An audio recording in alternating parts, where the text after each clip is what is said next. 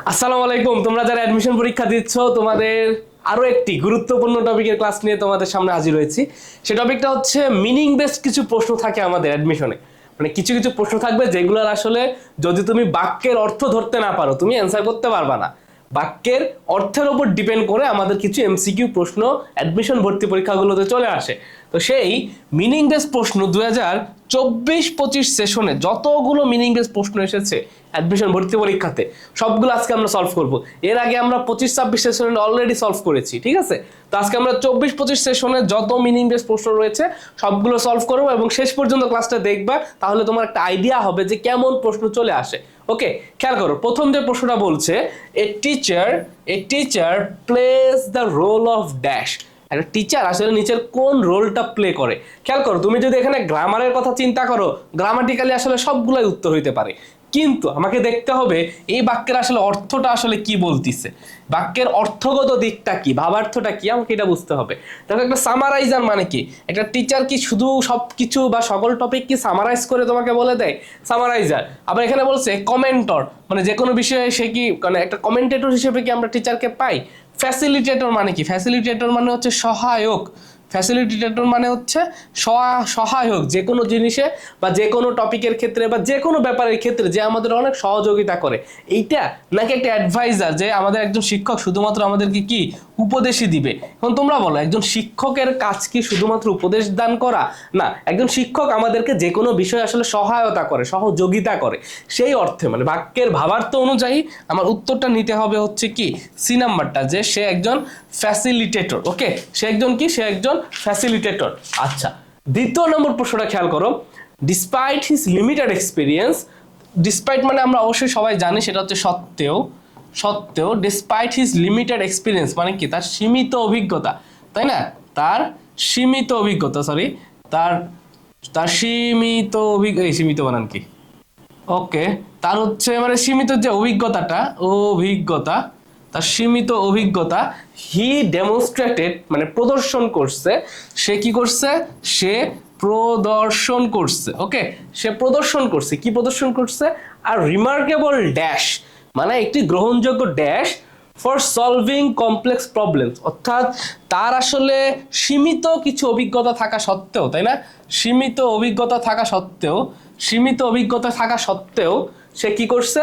এই যে একটা কমপ্লেক্স প্রবলেম, একটা জটিল প্রবলেম সলভ করার ক্ষেত্রে একটা রিমার্কেবল ড্যাশ সে প্রদর্শন করছে। তাহলে কি প্রদর্শন করছে? খেয়াল করি, ইনঅ্যাপটিটিউড মানে কি? ইনঅ্যাপটিটিউড বলতে বোঝায় হচ্ছে অযোগ্যতা। হ্যাঁ, অযোগ্যতা বা যে জিনিসটা পারে না যারা, তাদেরকে বলা হচ্ছে ইনঅ্যাপটিটিউড। হ্যাঁ, রিলাক্টেন্স মানে হচ্ছে কি? রিলাক্টেন্স মানে হচ্ছে অনীহা বা উদাসীনতা। হ্যাঁ, অনীহা বা উদাসীনতা। তো উদাসীন ভাবে কি আসলে কেউ কখনো কমপ্লেক্স কোনো ব্যাপারকে সলভ করতে পারে না। ইনডিফারেন্স মানে কি? ইনডিফারেন্স মানেও হচ্ছে অনীহা বোঝায়, অনীহা বা উদাসীনতা বোঝায়। হ্যাঁ, তাহলে অনীহা বা উদাসীনতা বা অযোগ্যতা দ্বারা কেউ কি আসলে কখনো কমপ্লেক্স প্রবলেম সলভ করতে পারে না। পারে কি দ্বারা? পারে হচ্ছে আমাদের এই যে অ্যাপটিটিউড দ্বারা। অ্যাপটিটিউড মানে কি? অ্যাপটিটিউড মানে হচ্ছে মেইনলি বোঝায় কোনো প্রবলেম সলভ করার যোগ্যতাকে বোঝায়। তাহলে ডিসপাইট হিজ লিমিটেড এক্সপিরিয়েন্স, তার সীমিত অভিজ্ঞতা থাকা সত্ত্বেও হি ডেমনস্ট্রেটেড প্রদর্শন করেছে রিমার্কেবল অ্যাপটিটিউড, একটি অসাধারণ যোগ্যতা ফর সলভিং কমপ্লেক্স প্রবলেম, অর্থাৎ জটিল প্রবলেমটা সলভ করার ক্ষেত্রে সেটা অসাধারণ যোগ্যতা অর্জন করছে। তো তুমি যদি গ্রামাটিক্যালি চিন্তা করো, এটা তুমি জীবনে উত্তর করতে পারবে না যদি তুমি এই পুরোটার মিনিংটা না ধরো। তো এই সকল মিনিং বেস প্রশ্ন কিন্তু আমাদের পরীক্ষাতে প্রচুর আসবে, ঠিক আছে? উত্তরটা হবে কি সি নাম্বারটা। 3 নাম্বারটা খেয়াল করো, many people are increasingly interested in sustainable living which has sparked dash in eco friendly products. বলতে বোঝাচ্ছে কি? মেনি পিপল মানে অনেক মানুষ, আর ইনক্রিজিংলি মানে ক্রমাগতভাবে তার হারটা বৃদ্ধি পাচ্ছে, ইন্টারেস্টেড মানে অনেক মানুষ ইন্টারেস্টেড হচ্ছে কিসে? In sustainable living. Sustainable living মানে এটা কি? সাস্টেনেবল লিভিং মানে এটা হচ্ছে একটা টেকসই জীবন ব্যবস্থা। কি? একটা টেকসই জীবন। হ্যাঁ, একটা টেকসই জীবন ব্যবস্থা। একটা টেকসই জীবন ব্যবস্থার প্রতি অনেক মানুষ আসলে ইন্টারেস্টেড হচ্ছে। which has sparked মানে কি? স্পার্ক মানে হচ্ছে কোনো কিছু ছড়িয়ে দেওয়া, তাই না? বা দ্রুত বৃদ্ধি পাওয়া। which has sparked dash in eco friendly products, অর্থাৎ ইকো ফ্রেন্ডলি প্রোডাক্টসের আসলে কি করতেছে? দেখো, আমরা যখন একটা টেকসই জীবন চাইবো, তার মানে কি? একটা টেকসই জীবন মানে হচ্ছে আমাদের পরিবেশ বান্ধব যে পণ্যগুলো রয়েছে, ইকো ফ্রেন্ডলি প্রোডাক্ট বলতে কি বোঝায়? পরিবেশ বান্ধব। তো টেকসই জীবনে আমাদের কিন্তু পরিবেশ বান্ধব পণ্য দরকার। আর আমি যদি পরিবেশ বান্ধব পণ্য আমি ব্যবহার না করি, তাহলে আমার একদিক থেকে পরিবেশ নষ্ট হবে, আমার আশেপাশে খাবার দাবার নষ্ট হবে, আমার টেকসই জীবনটা আসলে গঠন হবে না। মানে টেকসই জীবনের জীবন নিয়ে যখন আমরা হাইলি ইন্টারেস্টেড হব, তখন আমার স্বাভাবিকভাবে পরিবেশ বান্ধব পণ্যের ব্যবহারটা বৃদ্ধি পাবে। তো বৃদ্ধি পাওয়ার অর্থে আমার এখানে আসলে কি প্রকাশ পাইছে দেখি তো। দেখো, ডেক্লাইন মানে কি? ডেক্লাইন মানে কোনো কিছু হ্রাস পাওয়া বা কমে যাওয়া। ক্যাটাস্ট্রফি মানে হচ্ছে কোনো বিপর্যয়কে বোঝায়। কি বোঝায়? কোনো বিপর্যয়কে বোঝায়, বিপর্যয়কে বোঝায়। হ্যাঁ, আর আন্ডারস্ট্যান্ডিং মানে কোনো বোঝাপড়াকে বোঝায়। কি বোঝায়? বোঝাপড়া। আর আমরা যদি সি নাম্বারটা একটু চিন্তা করি, সার্জ, সার্জ মানে কি? বৃদ্ধি। হ্যাঁ, সার্জ মানে কি? বৃদ্ধি। তাহলে বাক্যের অর্থ অনুযায়ী আমাকে দেখতে হবে যে হুইচ হ্যাজ স্পার্ক, যেটা আসলে ছড়িয়ে দিছে। কি ছড়িয়ে দিছে? বৃদ্ধি ছড়াই দিছে ইন ইকো ফ্রেন্ডলি প্রোডাক্টস, অর্থাৎ পরিবেশ বান্ধব যে পণ্যগুলো, সেই পণ্যগুলোর বৃদ্ধি সে ছড়াই দিছে। যে এই যে আমাদের ইন্টারেস্টের কারণে এর বৃদ্ধিটা বৃদ্ধি পাইছে। হ্যাঁ, তাহলে উত্তরটা হবে সার্চ। 4 নাম্বারটা খেয়াল করো, meditation dash anxiety, meditation dash anxiety and dash a state of calmness. এটা মেনলি আমাদের টেক্সট বুক থেকে ছিল, তারপরও যারা অনেক সময় টেক্সট বুক পড়ো না, তাদের ক্ষেত্রেও তোমরা যদি জাস্ট মিনিংটা ধরতে পারো, তাহলে উত্তরটা খুব ইজিলি দিতে পারবা। দেখো, meditation dash anxiety, meditation anxiety বা উদ্বিগ্নতাগুলোকে কি করে? রিল্যাক্স করে। রিটেইন মানে, রিটেইন মানে কি? ধরে রাখা, তাই না? রিটেইন মানে কি? ধরে রাখা। আর রিলিজিয়াস মানে কি? রিলিজিয়াস মানে কোনো কিছু থেকে মুক্ত করা। হ্যাঁ, কোনো কিছু থেকে কি করা? মুক্ত করা। তো আমরা যখন অনেক মেডিটেশন করব, তখন আমরা কি এই উদ্বিগ্নতা থেকে, দুশ্চিন্তা থেকে মুক্তি পাবো। সে মুক্তি পাওয়ার অর্থে এখানে আমার রিলিজিয়াস বসবে, and dash a state of calmness, একটি শান্তি নিয়ে আসা আমাদের মধ্যে। তো নিয়ে আসা অর্থে আমরা কি ব্যবহার করি? ব্রিংস ব্যবহার করি। তো উত্তরটা হবে কিন্তু আমাদের সি নাম্বারটা, বাকি কোনোগুলো আসলে হচ্ছে না। উত্তরটা হবে সি, এবং এটা আমাদের সরাসরি টেক্সট বুক থেকেও ছিল। হ্যাঁ, এই লাইনটা আমাদের টেক্সট বইই রয়েছে মেডিটেশন পার্টে। 5 নম্বরটা খেয়াল করো, if you are empathetic you dash. দেখো, ইমপ্যাথেটিক মানেটা কি? মানে এটা হচ্ছে সহানুভূতিশীল, তাই না? সহানুভূতিশীল, যারা যারা সহানুভূতিশীল, মানে তোমার ভিতরে যদি কোনো সহানুভূতি থাকে, তাহলে you have what? The ability to understand the feelings of others, feel pity for others, are unable to forgive someone, নাকি আর ইলেটেড। দেখো, ইলেটেড মানে কি? ইলেটেড মানে হচ্ছে আনন্দিত, তাই না? ইলেটেড মানে হচ্ছে আনন্দিত। ওকে, তারপরে খেয়াল করো, আর আনএবল টু ফরগিভ সামওয়ান মানে কাউকে ক্ষমা না করা। হ্যাঁ, ক্ষমা করতে না পারা, ক্ষমা করতে না পারা। তারপরে বি নাম্বারটা হচ্ছে ফিল পিটি, এটা মানে এটা হচ্ছে করুণা বা দয়া হওয়া। কি হওয়া? করুণা বা দয়া হওয়া।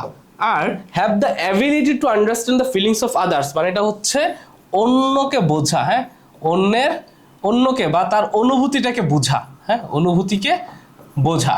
তাহলে এই যে ইমপ্যাথেটিক শব্দের যে মূল অর্থটা হচ্ছে যে অন্য কেউ একটা দুঃখে আছে, তুমি তার দুঃখটা নিজে ধারণ করতে পারতেছো। বুঝছো? মানে অন্যের প্রতি করুণা হওয়াটা মেইনলি ম্যান্ডেটরি না। ম্যান্ডেটরিটা হচ্ছে সে যে আসলে দুঃখে আছে, এটা তুমি বুঝতে পারতেছো কিনা, তার প্রতি তোমার একটা সহানুভূতি হচ্ছে কিনা, তার প্রতি তোমার একটা অনুভব হচ্ছে কিনা। তো সে অনুযায়ী উত্তরটা হচ্ছে আমাদের এ নাম্বারটা। অর্থাৎ কারোর প্রতি আমাদের যখন কাউকে যখন আমরা বুঝতে পারবো, তার ফিলিংসটা যখন আমরা অনুভব করতে পারবো, তখনই আমার মধ্যে একটা সহানুভূতিশীল সত্তা জেগে উঠবে। তো এই অর্থ অনুযায়ী কিন্তু আমাদের উত্তরটা হবে এ নাম্বারটা। 6 নাম্বারটা বলছে, the dash of the evidence convinced the jury of his guilt. The dash of the evidence, evidence মানে কি? এভিডেন্স মানে প্রমাণপত্র, তাই না? এভিডেন্স মানে কি? প্রমাণপত্র। কনভিন্সড করা মানে কি? কনভিন্স করা মানে হচ্ছে কাউকে বোঝানো। হ্যাঁ, কাউকে কোনো বিষয় কি বোঝানো বা রাজি করানো। হ্যাঁ, পারসুয়েট করা বোঝায় এটাকে। হ্যাঁ, পারসুয়েটেড। হ্যাঁ, পারসুয়েটেড দ্য জুরি। জুরি মানে কি? বিচারক মণ্ডলী, তাই না? জুরি মানে কি? বিচারক মণ্ডলী অফ হিজ গিল্ট। অর্থাৎ the dash of the evidence, এই এভিডেন্সের প্রমাণপত্র, অর্থাৎ প্রমাণপত্রটা রাজি করাইতে পারছে অফ দ্য জুরি, বিচারক মণ্ডলীকে, অফ হিজ গিল্ট, তার আসলে অপরাধ সম্পর্কে। তাহলে একটা জিনিস খেয়াল করবা, একটা প্রমাণপত্র ঠিক কেমন হইলে আমি তার সেটা দিয়ে বিচারককে রাজি করাইতে পারবো? অবশ্যই প্রমাণপত্রটা খেয়াল করো, এখানে যদি অপশনটা খেয়াল করো, অ্যাম্বিগুইটি মানে কি? অস্পষ্ট। অ্যাম্বিগুইটি মানে কি? অস্পষ্ট, অস্পষ্ট। ওকে, অ্যাম্বিগুইটি মানেটা হচ্ছে কি? অস্পষ্ট। তারপরে হচ্ছে অবসকিউরিটি মানেটা হচ্ছে অস্পষ্ট, ভ্যাগিউনেস মানেটা হচ্ছে অস্পষ্ট। তো আমার প্রমাণপত্র যদি অস্পষ্ট থাকে, তাহলে কি আমি বিচারককে রাজি করাইতে পারবো? না। আমার প্রমাণপত্র যখন ক্লিয়ার থাকবে, যখন ক্ল্যারিটি থাকবে, দ্য ক্ল্যারিটি অফ এভিডেন্স, হ্যাঁ, দ্য ক্ল্যারিটি অফ এভিডেন্স, আমার প্রমাণপত্রের ক্লিয়ারিটি যখন আমি দিতে পারবো তখনই আমি আসলে বিচারককে রাজি করাইতে পারবো। তাহলে অর্থ অনুযায়ী আমার বি নাম্বারটা কারেক্ট হচ্ছে। 7 নম্বর, despite the accounts of many witness what happened there still remains dash in secrecy. বোঝাচ্ছে, দেখো ডিসপাইট মানে কি, সত্ত্বেও, তাই না, সত্ত্বেও। Despite the accounts of many witness অর্থাৎ অনেক প্রত্যক্ষদর্শী, উইটনেস মানে কি, সাক্ষী, তাই না, উইটনেস মানে সাক্ষী। তাহলে অনেক সাক্ষীর প্রমাণ থাকা সত্ত্বেও, মানে অনেকে প্রত্যক্ষদর্শী হিসেবে থাকা সত্ত্বেও, হোয়াট হ্যাপেন্ড দেয়ার, সেখানে কি হয়েছিল, স্টিল রিমেইনস, এখনো রয়েছে, ড্যাশ ইন সিক্রেসি। এখানে সিক্রেসি বলতে এখানে একটা আড়ালের ভিতর রয়েছে। তার মানে বুঝছো ব্যাপারটা হচ্ছে যে অনেক প্রত্যক্ষদর্শী সাক্ষী দেওয়া সত্ত্বেও সেখানে আসলে কি হয়েছিল, আসল ঘটনাটা কি, এটা আসলে রয়েছে একটা আড়ালের ভিতরে, একটা আবৃত অবস্থায় রয়েছে। তার মানে আমরা যদি অপশনগুলো যদি একটু খেয়াল করো, দেখো টুইস্টেড মানে কি, খেয়াল করো টুইস্টেড শব্দের অর্থটা কি। টুইস্টেড শব্দের অর্থটা হচ্ছে আমরা জানি হচ্ছে যে পেঁচানোটাকে বোঝায়, তাই না, পেঁচানো বোঝায়, পেঁচানো। তারপরে হচ্ছে খেয়াল করো মেশড মানে হচ্ছে কোনো কিছু মিশিয়ে ফেলা, কোনো কিছু মিশিয়ে ফেলা বা জড়িয়ে ফেলা। তারপরে হচ্ছে ওভেন মানে হচ্ছে কি, বোনা, বোনা, ও যে আমরা যে কাপড় বোনে না, দেখবা মহিলারা আবার আন্টির অনেক সময় কাপড় বোনে, সে ওভেনটাকে বোঝায়। শ্রাউডেড বলতে বোঝায় যে রিমেইন ইন সিক্রেসি, অর্থাৎ কোনো কিছু আসলে আবৃত করে রাখা, কি করে রাখা, কোনো কিছু আবৃত করে রাখা, কোনো সত্য ঘটনাকে, কোনো আসল ঘটনাকে কোনো কিছু দ্বারা আবৃত করে রাখা, সে অর্থ শ্রাউডেড বসে। তাহলে অর্থ অনুযায়ী খেয়াল করো, আমার কিন্তু এই নাম্বারটাই উত্তর হচ্ছে। কিভাবে, অর্থ অনুযায়ী এই নাম্বারটার উত্তর আসছে যে রিমেইন শ্রাউডেড ইন সিক্রেসি, অর্থাৎ একটা মানে রহস্যজনক ব্যাপারে আসলে ব্যাপারটা হচ্ছে তোমার আবৃত অবস্থায় রয়েছে, আমরা সঠিক ব্যাপারটা জানতে পারতেছি না অনেক প্রত্যক্ষদর্শী থাকা সত্ত্বেও। তো এই যে মিনিংলেস প্রশ্নগুলো, এগুলো তুমি কোনো গ্রামার দিয়ে পারবা না, কিন্তু অর্থ বুঝতে হবে। The person who has committed such and dash crime must be strongly punished. অর্থাৎ the person who has committed such and dash crime must be strongly punished. তাহলে আনচ্যারিটেবল মানে কি, খেয়াল করো তো, আনচ্যারিটেবল মানেটা কি, আনচ্যারিটেবল মানে হচ্ছে দয়াহীন, ঠিক আছে, দয়াহীন। আচ্ছা, দয়াহীন কাজ কেমন, যেমন ধরো তোমার কাছে ধরো একটা খুবই বৃদ্ধ মহিলা, একটা খুবই বৃদ্ধ মহিলা যার আসলে কাজ করার কোনো সক্ষমতা নাই, সে তোমার কাছ থেকে ভিক্ষা চাইতে আসছে। তুমি যদি তাকে ভিক্ষাটা না দাও, এটা হচ্ছে একটু দয়াহীন কাজ হয়ে যায়, ঠিক আছে, নৈতিকতার দিক থেকে একটু দয়াহীন কাজ। তো দয়াহীন কাজের জন্য কিন্তু আমরা আসলে পানিশমেন্ট পাই না, ঠিক আছে, আমাদের আইন অনুযায়ী হচ্ছে ফৌজদারি অপরাধে তুমি যখন অভিযুক্ত হবা তখন তোমাকে পানিশমেন্ট দেওয়া হবে। দয়াহীন কাজের জন্য, নৈতিকতা বিবর্জিত কাজের জন্য পানিশমেন্ট কিন্তু দেওয়া হয় না। আবার খেয়াল করো আনঅর্দি মানে কি, আনঅর্দি যে কাজটা আসলে অনুচিত, যে কাজটা কি অনুচিত। যেমন ধরো তোমার একজন টিচার তোমার সামনে রয়েছে, তুমি তাকে সালাম দাও নাই, এই কাজটা তোমার অনুচিত হয়েছে, তোমার উচিত ছিল সালাম দেওয়া। তো এই যে সালাম না দেওয়ার কারণে তুমি কি আসলে পানিশমেন্টের শিকার হবা না, ফৌজদারি অপরাধ যেগুলো সেগুলোতে পানিশমেন্টের শিকার হয়। আবার যাও ইনজুরিস মানে কি, ইনজুরিস মানে জানি আহত হওয়া, তো নিজেই আহত হয়েছো, তাহলে তোমাকে আসলে শাস্তি কে দিবে, ব্যাপারটা হচ্ছে এরকম। আর বি নাম্বারটা খেয়াল করো, বি নাম্বারটা হচ্ছে অ্যাবমিনেবল মানে হচ্ছে জঘন্য অপরাধ বোঝায়, কি বোঝায়, জঘন্য অপরাধ। তো তুমি যখন কোনো জঘন্য অপরাধ করবা, ফৌজদারি অপরাধ করবা, কেবলমাত্র তখনই তোমাকে পানিশমেন্টটা দেওয়া হয়। অর্থ অনুযায়ী উত্তরটা কি হচ্ছে, বি নাম্বারটা হচ্ছে উত্তর। 9 number, sea there has been, এটা উত্তরটা হবে দেয়ার, হ্যাঁ, এখানে হবে হচ্ছে দেয়ার। আচ্ছা, there has been a sea change, there has been a sea change in cultural as well as political economic practice, অর্থাৎ সংস্কৃতির দিকে এবং রাজনৈতিক অর্থনীতির দিক থেকে একটা চেঞ্জ হয়েছে সিন্স অ্যারাউন্ড 1972, 1972 সালের পর থেকে এখানে সাংস্কৃতিক দিক থেকে এবং পলিটিক্যাল ইকোনমিক প্র্যাকটিস অর্থাৎ রাজনৈতিক অর্থনৈতিক দিক থেকে একটা ব্যাপক পরিবর্তন ঘটছে। তো here the meaning of sea change মানেটা কি, দেখো সি চেঞ্জ মানেটা কি, সি চেঞ্জ মানে কি micro change in a society, micro মানে অল্প, ছোট বা ক্ষুদ্র, একটা সোসাইটি থেকে ক্ষুদ্র চেঞ্জ হলে সি চেঞ্জ বলবো, কোনো পরিবর্তন হয় নাই তখন সি চেঞ্জ বলবো। সাবস্টেন্সিয়াল চেঞ্জ মানে কি, সাবস্টেন্সিয়াল চেঞ্জ মানেটা হচ্ছে ব্যাপক পরিবর্তন, ঠিক আছে, ব্যাপক পরিবর্তন, অর্থাৎ মূল কাঠামোগত পরিবর্তনটাই ঘটে গেছে, এই অর্থে ব্যবহার হয়। আর মেরিন রিলেটেড চেঞ্জ অর্থাৎ সমুদ্রের সাথে রিলেটেড কোনো চেঞ্জ হলে কি আমরা সি চেঞ্জ বলবো কিনা, খেয়াল করো বাক্যের অর্থটা কি দাঁড়াচ্ছে, অর্থটা হচ্ছে সাংস্কৃতিকগত দিক থেকে এবং রাজনৈতিক অর্থনৈতিক দিক থেকে একটি ব্যাপক পরিবর্তন ঘটছে। সি সি যেমন অনেক বড়, ঠিক একইভাবে সি চেঞ্জটাও হচ্ছে অনেক বড় পরিবর্তন, একটা ব্যাপক পরিবর্তন। তাহলে ব্যাপক পরিবর্তন হওয়ার অর্থে আমরা এখানে কি দেবো, উত্তরটা সি নাম্বারটা দেব। তারপরে খেয়াল করো 10 নম্বর, the phone is busy somebody dash. মানে ফোনটা হচ্ছে একটু বিজি, ব্যস্ত রয়েছে। মানে বর্তমানে তুমি ধরো যে তোমার একটা আঙ্কেলকে ফোন দিছো, ফোন ব্যস্ত দেখাচ্ছে, এর মানেটা কি? ফোন ব্যস্ত দেখানো মানেটা কি? মানেটা হচ্ছে সে অবশ্যই কারোর সাথে কথা বলতেছে। হ্যাঁ, অবশ্যই কারোর সাথে সে কি করতেছে, কারোর সাথে কথা বলছে, তাই না? কথা বলছে। তো একমাত্র তারা যখন সে যখন কথা বলবে তখনই তোমাকে ব্যস্ত দেখাবে। অপশন থেকে দেখো তো কোথায় কোনটা অবশ্যই কারোর সাথে কথা বলছে অর্থটা যায়। দেখো মেবি, মেবি মানে কি, মনে হয়, মানে তুমি শিওর না। কিন্তু আমরা তো দেখতেছি শিওর, ফোন ব্যস্ত দেখাচ্ছে, তার মানে তো সে শিওর সে কথা বলতেছে কারোর সাথে। তাহলে কি মনে হওয়া অর্থ হবে না, বাদ। তারপরে দেখো should be using it, should be using মানে এটা কি, তার করা উচিত।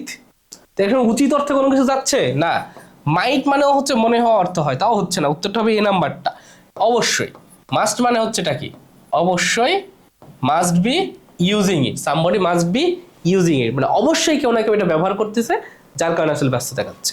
এরকম দেখা একটা কংক্রিট এভিডেন্স তোমার কাছে আছে, তাই না? এটা তো একটা কংক্রিট এভিডেন্স যে ব্যস্ত দেখাচ্ছে, তার মানে অবশ্যই কেউ ব্যবহার করতেছে। এখানে মনে হওয়া উচিত এরকম কোনো অর্থটাই আসতেছে না, মানে এখানে তোমার অর্থটা খুব ভালোভাবে বুঝতে হবে। এখন আমরা দেখো, I have lived near the railway for so long now that I have grown dash to the noise of the trains। মানে বলতেছে I have lived near the railway for so long, মানে অনেক দিন ধরে আমি রেলওয়ের পাশ দিয়ে, অনেক দিন ধরে আমি for so long রেলওয়ের পাশে বসবাস করতেছি। Now I have grown মানে আমি বড় হয়েছি dash to the noise of the trains, ট্রেনের নয়েজের সাথে কিভাবে বড় হয়েছি। এখন অ্যাকাস্টমড মানে এটা কি, অ্যাকাস্টম মানে হচ্ছে অভ্যস্ত হওয়া বোঝায়। হ্যাঁ, অভ্যস্ত হওয়া বোঝায়। ফ্যামিলিয়ার মানে হচ্ছে পরিচিত হওয়া বোঝায়, পরিচিত হওয়া বোঝায়। আনকনসিয়াস মানে কি, অসচেতন হওয়া বোঝায়। হ্যাঁ, সরি, অসচেতন হওয়া বোঝায়। অ্যাওয়্যার মানে এটা হচ্ছে কি, সচেতন হওয়া বোঝায়। এখন তুমি যখন একটা ট্রেনের পাশে মানে রেলওয়ের পাশে তুমি যখন দীর্ঘদিন ধরে বসবাস করবা, তখন কি তুমি আসলে ট্রেনের নয়েজের সাথে পরিচিত হবা, সচেতন হবা, অসচেতন হবে, না অভ্যস্ত হয়ে যাবা? অবশ্যই অভ্যস্ত হয়ে যাওয়া অর্থে ব্যবহৃত হবে, তাই না? দীর্ঘদিন ধরে যখন কোনো একটা প্রবলেম আমরা ফেস করি, তখন সেই প্রবলেমের সাথে আমরা অভ্যস্ত হয়ে যাই। সেও এই নয়েজের সাথে ফেস করতে করতে এখন সে অভ্যস্ত হয়ে গেছে, তার কাছে কিছু মনে হচ্ছে না। 12 নম্বরটা খেয়াল করো, mentally Raj is having a bad time, মানে মানসিকভাবে রাজের একটা খারাপ সময় যাচ্ছে with himself after his father's sudden death, অর্থাৎ তার বাবার হঠাৎ করে মৃত্যু হয়েছে, বুঝছো? তার বাবার হঠাৎ করে মৃত্যু হয়ে গেছে, তো সে কারণে রাজ এখন মানসিকভাবে বিপর্যস্ত।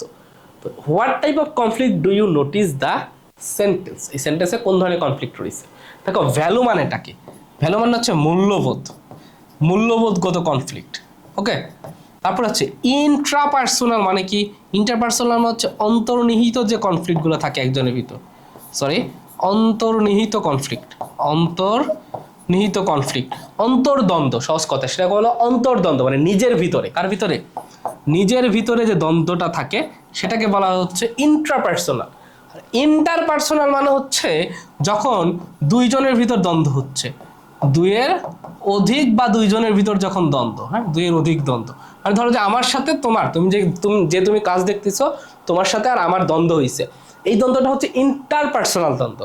আর আমার নিজের মনের ভিতর অশান্তি, আমি এই কাজটা করব কি করব না, আমি সেখানে যাব কি যাব না, আমি মন ভালো রাখবো কি রাখবো না, এই যে একটা দ্বন্দ্ব, নিজের ভিতর দ্বন্দ্ব, এটা হচ্ছে ইন্ট্রাপার্সোনাল দ্বন্দ্ব।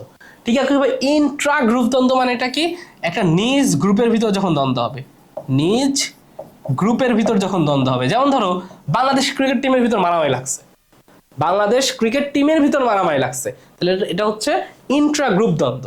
আর ধরো যে আজকে বাংলাদেশ হচ্ছে অস্ট্রেলিয়ার সাথে টেস্ট জিতে গেছে, এখন অস্ট্রেলিয়া ধরো বাংলাদেশকে মারতিছে, তাহলে বাংলাদেশ আর অস্ট্রেলিয়ার সাথে মারামারি হয়েছে, তাহলে দুইটা দলের সাথে যখন, দুইটা গ্রুপের সাথে যখন মারামারি হবে, সেটাকে বলবে হচ্ছে ইন্টার গ্রুপ কনফ্লিক্ট। ওকে, ইন্টার গ্রুপ কনফ্লিক্ট। তো ব্যাপারটা আসলে বুঝতে পারছো, তাহলে রাজের নিজের মানসিকতার ভিতরে একটা মানে খারাপ সময় যাচ্ছে, নিজের সাথে যাচ্ছে, তাহলে নিজের সাথে যাওয়া মানে কি, intra personal. Okay, 13 number, a warrior of light knows his own falls, what does this sentence imply? এটাও আমাদের সরাসরি আসলে টেক্সট বুক থেকে আসা, তারপরে তুমি যদি অর্থটা ধরতে পারো তুমি খুব উত্তর করতে পারবা। বলছে এ ওয়ারিয়র অফ লাইট মানে আলোর যোদ্ধা বা জ্ঞানী মানুষজন কি করে, জ্ঞানী মানুষজন নোস হিজ ওন ফল্ট, সে তার নিজের ফল্ট, নিজের ভুল সম্পর্কে ধারণা রাখে। তাহলে এইটার মানেটা আসলে কি? মানেটা কি মানে সেলফ অ্যাওয়ারনেস, এটার মানে কি সেলফ সাফিসিয়েন্সি মানে নিজের পর্যাপ্ততা রাখা, সেলফ কনফিডেন্স মানে নিজেকে নিয়ে অনেক কনফিডেন্ট ফিল করা, নাকি সেলফ স্যাবোটেজ? স্যাবোটেজ মানে কি নিজের ক্ষতি করা, নিজের ক্ষতি নিজেই করা। তাহলে যে নিজের ফল্ট সম্পর্কে জানে সে কি নিজের ক্ষতি করে না, সে হচ্ছে সেলফ অ্যাওয়ারনেস মানে সচেতন একজন নাগরিক, সেলফ অ্যাওয়ারনেস। উত্তরটা হবে কি এ নাম্বারটা। তারপরে খেয়াল করো 14 নম্বর, the song in the play can not be deleted as it is dash to the play. মানে এই নাটকের যে সংটা রয়েছে, কি রয়েছে এই নাটকের যে সং, এই নাটকের যে গানটা আছে সেই গানটাকে আসলে ডিলেট করা যাবে না, ক্যান নট বি ডিলেটেড। কেন? অ্যাজ মানে কি কারণ, তাই না? একটা কারণ বোঝাচ্ছে। কারণটা কি? কারণটা হচ্ছে ইট is dash to the play, it is intervene হস্তক্ষেপ, ইন্টারভেন মানে কি হস্তক্ষেপ করা, ওকে। ইনডিফারেন্ট মানে হচ্ছে অনীহা বুঝায়, অনিচ্ছুক বুঝায়। তারপর হচ্ছে ট্রেভেল মানে তুচ্ছ বুঝায়, তুচ্ছ। ইন্টেগ্রাল মানে কি অপরিচ্ছেদ্য অংশ, হ্যাঁ অবিচ্ছিন্ন অংশ, আমরা বলি অবিচ্ছিন্ন অংশ, অবিচ্ছিন্ন অংশ। তো যখন যে জিনিসটা আসলে খুবই গুরুত্বপূর্ণ অংশ হয়ে যায়, একটা ক্রুশাল পার্ট হয়ে যায়, তখন আমরা সেটাকে বলি ইন্টিগ্রাল পার্ট। ইন্টিগ্রাল পার্ট মানে যেটা আমি ওই জায়গাটা থেকে কখনো এক্সক্লুড করতে পারবো না, বাদ দিতে পারবো না। তাহলে এই সংটা আসলে এই অবিচ্ছিন্ন অংশ হওয়ার জন্যই তো আমি ক্যান নট বি ডিলেট করতে পারবো না। তাহলে অর্থ অনুযায়ী আমার কিন্তু উত্তরটা কিন্তু এই ডি নাম্বারটাই হচ্ছে, ঠিক আছে, ইন্টিগ্রাল পার্ট। বাকিগুলো দেখো, বাকিগুলো কিন্তু একটাও হচ্ছে না অর্থ অনুযায়ী। 15 নাম্বারটা দেখো, he has got a sharp dash, he might just got into travels if he isn't careful. দেখো টাং, শার্প টাং, আমি যদি শার্প টাং একসাথে চিন্তা করি, হ্যাঁ SHARP, sharp TONG, sharp tongue. Sharp tongue মানে বলতে মেনলি বোঝায় কটু কথা বোঝায়, হ্যাঁ কটু কথা, খারাপ কথা। আর শার্প ইন্টেলেক্ট, যদি এখানে ইন্টেলেক্ট বোঝায়, ইন্টেলেক্ট বুঝায়, তার মানে এটাকে বোঝায় হচ্ছে তীক্ষ্ণ বুদ্ধি। কি বোঝায়? যার খুবই তীক্ষ্ণ বুদ্ধি আছে, তীক্ষ্ণ বুদ্ধি, ওকে। তারপর হচ্ছে শার্প ভিশন, ভিশন মানে হচ্ছে কি ইচ্ছা, মানে একদম তীক্ষ্ণ ইচ্ছা। ট্রিক মানে হচ্ছে কি কৌশল, তাই না? তো ব্যাপারটা হচ্ছে তুমি যখন ধরো একটা বিপদে পড়ছো, তুমি একটা কি করছো বিপদে পড়ছো, সেই বিপদে তুমি যদি মানে he has got a dash, he might just got into trouble, সে আসলে বিপদে পড়ে গেছো। If he is not careful, তুমি যদি সচেতন না হও তুমি কিন্তু আসলে সে বিপদে পড়ে যাবো অলরেডি। তার মানে এই বিপদ থেকে উদ্ধার পাওয়ার জন্য তোমার আসলে কি দরকার? একটা তীক্ষ্ণ বুদ্ধি দরকার। সচেতনতার সাথে ওই বুদ্ধি দিয়ে তুমি খেলে আসলে বিপদ থেকে বের হয়ে আসবা, মানে তীক্ষ্ণ বুদ্ধি দরকার। মানে কটু কথা বলে কেউ ওখানে বিপদ থেকে বের হইতে পারে, ও একদম মায়ের খাবে, একদম গেড়ে দিবে, বুঝছো? তাহলে উত্তরটা কি হবে? ইন্টেলেক্ট, তীক্ষ্ণ বুদ্ধি দ্বারা তোমাকে সেই বিপদ থেকে বের হয়ে আসতে হবে, ঠিক আছে। তারপরে খেয়াল করো 16 নম্বর, the boy was rewarded for his dash behaviour. The boy was rewarded for his dash behaviour. তার মানে একটা বয়কে রিওয়ার্ডেড মানে কি পুরস্কৃত করছে, তাই না? পুরস্কৃত করছে, পুরস্কৃত করছে। আমরা একটা বয়কে কখন পুরস্কৃত করি? যখন সে গুড বিহেভ করে, তাই না? এটা খুবই সহজ, যদিও খুবই সহজ। সে যখন গর্ব করে তখন আমরা কাউকে পুরস্কৃত করি না। সে যখন ইনঅ্যাপ্রোপ্রিয়েট ব্যবহার করে, অসামঞ্জস্যপূর্ণ ব্যবহার করে, তখন আমরা কাউকে রিওয়ার্ড দেই না, পুরস্কৃত করি না, তাই না? তারপরে খেয়াল করো 17 নম্বর, he climbed to the dash of the mountain with much difficulty. একটা ক্লাইম্ব মানে কি? ক্লাইম্ব মানে হচ্ছে উপরে উঠা, উপরে ওঠা। তাহলে উপরে ওঠা বেজ মানে কি? বেজ মানে তো ভিত্তি, মানে নিচে, তাই না? বেজ মানে কি নিচে। আমরা কি কখনো নিচে উঠতে পারি? আমরা নিচে নামতে পারি, তাই না? এটা তো হচ্ছে না। তারপরে বটম মানে কি? বটম মানেও নিচে বোঝায়, তাই না? বটম মানেও নিচে বোঝায়, আমরা তো নিচে ক্লাইম্ব করতে পারি না। তারপর হচ্ছে অ্যাবভ, ওপরে। তো যখন কোনো মাউন্টেনের কথা আসে, মাউন্টেন কখনো ওপরে হয় না, কি হয়? আমরা মাউন্টেনের কখনো ওপরে উঠতে পারি না, মাউন্টেনের টপে উঠতে পারি। তাহলে ব্যাপারটা হবে ডি নাম্বারটা হবে উত্তর, হ্যাঁ। She climb to the top of the mountain.